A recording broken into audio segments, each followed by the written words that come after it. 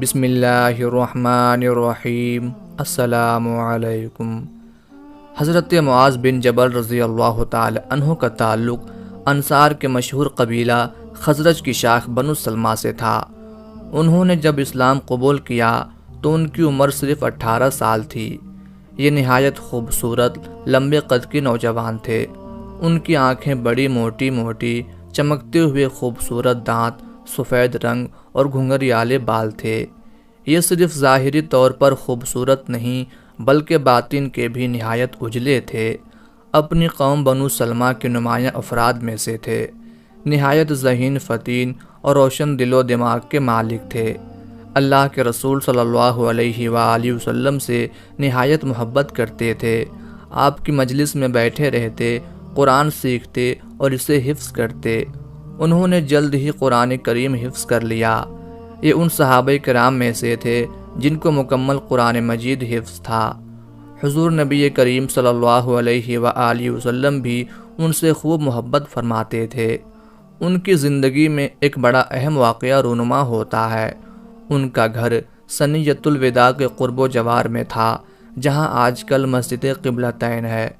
وہاں کے لوگ مسجد نبوی میں تمام نمازوں کے لیے تو نہیں آ سکتے تھے، اس لیے بنو سلمہ نے وہاں مسجد بنا رکھی تھی۔ اس مسجد کے امام حضرت معاذ بن جبل رضی اللہ تعالی عنہ تھے۔ ایک دن یہ معمول کے مطابق لوگوں کو عشاء کی نماز پڑھانے کے لیے کھڑے ہوئے تو سورہ فاتحہ کے بعد سورۃ البقرہ کی تلاوت شروع کر دی۔ مقتدیوں میں ایک نوجوان بھی تھا جو سارا دن محنت مزدوری کر کے آیا تھا۔ وہ سارا دن باغوں اور کھیتوں کو پانی پلاتا رہا تھا۔ جب قرأت طویل ہوتی چلی گئی تو کچھ دیر تو اس نوجوان نے صبر کیا اور پھر آہستہ سے صف سے باہر نکل آیا۔ اکیلے ہی اپنی نماز پڑھی، اونٹنی کی نکیل پکڑی اور گھر کو روانہ ہو گیا۔ حضرت معاذ رضی اللہ تعالی عنہ نے نماز پڑھائی تو لوگوں نے انہیں اس نوجوان کی حرکت کے بارے میں بتایا۔ یہ ایک بڑا منفرد واقعہ تھا۔ حضرت معاذ رضی اللہ تعالی عنہ کہنے لگے، یہ شخص منافق ہے۔ اگلے روز اس نوجوان کو بھی معلوم ہو گیا کہ حضرت معاذ رضی اللہ تعالی عنہ نے اسے منافق کہا ہے۔ یہ شکایت لے کر اللہ کے رسول صلی اللہ علیہ وآلہ وسلم کی خدمت میں حاضر ہو گیا۔ اب دیکھیے حضور نبی کریم صلی اللہ علیہ وآلہ وسلم کا اعلیٰ اخلاق کہ یہ ایک عام سا آدمی تھا، مگر حضور نبی کریم صلی اللہ علیہ وآلہ وسلم اسے کتنی اہمیت دیتے ہیں۔ اسے حسن اتفاق کہیے کہ جب یہ مسجد نبوی میں بارگاہ رسالت مآب میں پہنچا تو حضرت معاذ بن جبل رضی اللہ تعالی عنہ بھی وہاں موجود تھے۔ اس نوجوان نے عرض کی، یا رسول اللہ صلی اللہ علیہ وآلہ وسلم، ہم محنت مزدوری کرنے والے لوگ ہیں، اپنے کھیتوں کو سارا دن پانی دیتے اور شدید محنت کرتے ہیں۔ معاذ رضی اللہ تعالی عنہ ہمیں بڑی لمبی نماز پڑھاتے ہیں۔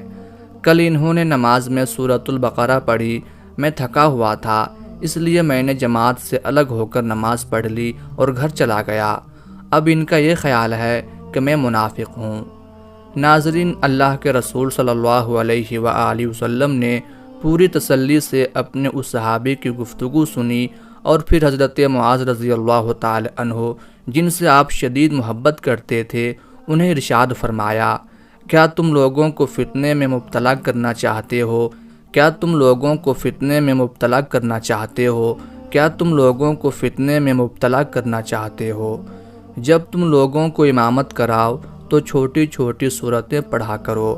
تمہارے پیچھے نماز پڑھنے والوں میں بڑی عمر کے لوگ، ضعیف اور اصحاب حاجت لوگ ہوتے ہیں، ان کا خیال رکھو۔ اور پھر انصاری نوجوان سے مخاطب ہوئے اور ارشاد فرمایا، بھتیجے، ذرا یہ تو بتاؤ کہ جب تم نماز ادا کرتے ہو تو کیا کرتے ہو؟ اس نے بتایا کہ میں سورہ فاتحہ پڑھتا ہوں، جب تشہد میں بیٹھتا ہوں تو میں اللہ تعالیٰ سے دعا کرتا ہوں، اے اللہ، میں تجھ سے جنت کا سوال کرتا ہوں اور جہنم سے بچنے کے لیے تیری پناہ مانگتا ہوں۔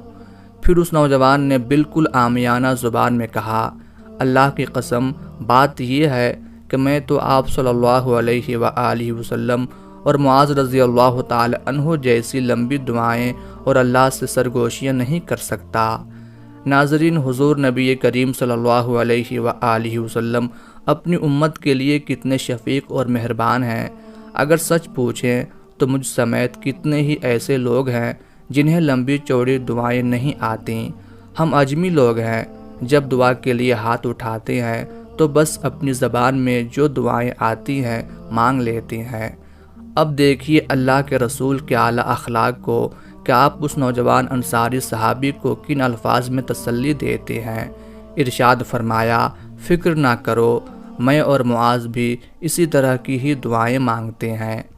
جب اہل یمن نے حضور صلی اللہ علیہ وآلہ وسلم سے درخواست کی کہ ہمارے ساتھ آپ ایک ایسا آدمی بھیج دیجئے جو صرف امیر ہی نہ ہو بلکہ معلم بھی ہو، تو اس موقع پر آپ صلی اللہ علیہ وآلہ وسلم کی نظر مبارک حضرت معاذ بن جبل رضی اللہ تعالی عنہ پر پڑی۔ چنانچہ آپ نے ان کو اشارہ کر کے بلایا اور کہا کہ اے معاذ رضی اللہ تعالی عنہ، تم یمن چلے جاؤ، تمہاری وہاں ضرورت ہے۔ پھر آپ نے تبلیغ سے متعلق کچھ نصیحتیں فرمائی اور ان کو وہاں کا گورنر مقرر فرما دیا اور کہا کہ اے معاذ، واپسی میں شاید تم مجھ سے نہ مل سکو گے۔ یہ سننا تھا کہ حضرت معاذ رضی اللہ تعالی عنہ کے آنسو بہہ پڑے۔ آپ صلی اللہ علیہ وآلہ وسلم کے بھی آنسو شدت محبت کی وجہ سے بہہ پڑے۔ پھر جب روانہ ہونے لگے تو حضور صلی اللہ علیہ وآلہ وسلم پیدل چل رہے تھے اور حضرت معاذ بن جبل رضی اللہ تعالی عنہ سواری پر تھے۔ حضور صلی اللہ علیہ وآلہ وسلم ساتھ ساتھ چل کر نصیحت بلکہ وصیت فرما رہے تھے، اے معاذ، لوگوں کے لیے آسانی پیدا کرنا، مشکلات پیدا نہ کرنا، انہیں خوشی و مسرت کا پیغام سنانا، ایسی کوئی بات نہ کرنا جس سے انہیں دین سے نفرت ہو جائے۔ اس سفر کا منظر بھی عجیب تھا کہ محبوب پیدل چل رہے تھے اور محب سوار۔ جی ہاں، حضور صلی اللہ علیہ وآلہ وسلم پیدل تھے اور معاذ بن جبل رضی اللہ تعالی عنہ گھوڑے پر سوار تھے۔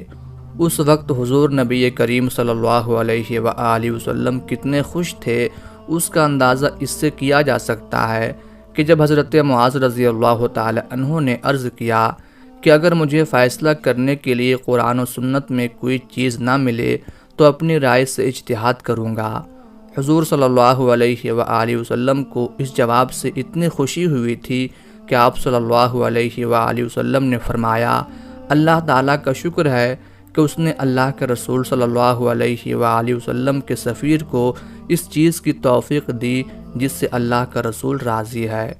پھر اس وقت وہ حالت بھی عجیب تھی کہ جب حضور صلی اللہ علیہ وآلہ وسلم نے حضرت معاذ بن جبل رضی اللہ تعالی عنہ سے فرمایا، اے معاذ، ہو سکتا ہے آج کے بعد تم مجھ سے پھر نہ مل سکو، شاید واپسی میں تمہارا گزر میری مسجد اور قبر کے پاس ہی سے ہوگا۔ یہ سننا تھا کہ اس عاشق صادق کے پاؤں سے زمین نکل گئی اور زار و قطار رونے لگے۔ روایات میں آتا ہے کہ حضور صلی اللہ علیہ وآلہ وسلم نے اپنا روئے انور مدینہ منورہ کی طرف پھیر لیا اور یہ ارشاد فرمایا، میرے قریب ترین وہ لوگ ہیں جو متقی ہوں جہاں بھی ہوں اور جو بھی ہوں۔ چنانچہ یہی ہوا کہ جب حضرت معاذ رضی اللہ تعالی عنہ یمن سے واپس آئے تو حضور نبی کریم صلی اللہ علیہ وآلہ وسلم دنیا سے پردہ فرما چکے تھے اور حضرت معاذ بن جبل رضی اللہ تعالی عنہ نبی کریم صلی اللہ علیہ وآلہ وسلم کی قبر انور پر حاضر ہو کر رو رہے تھے۔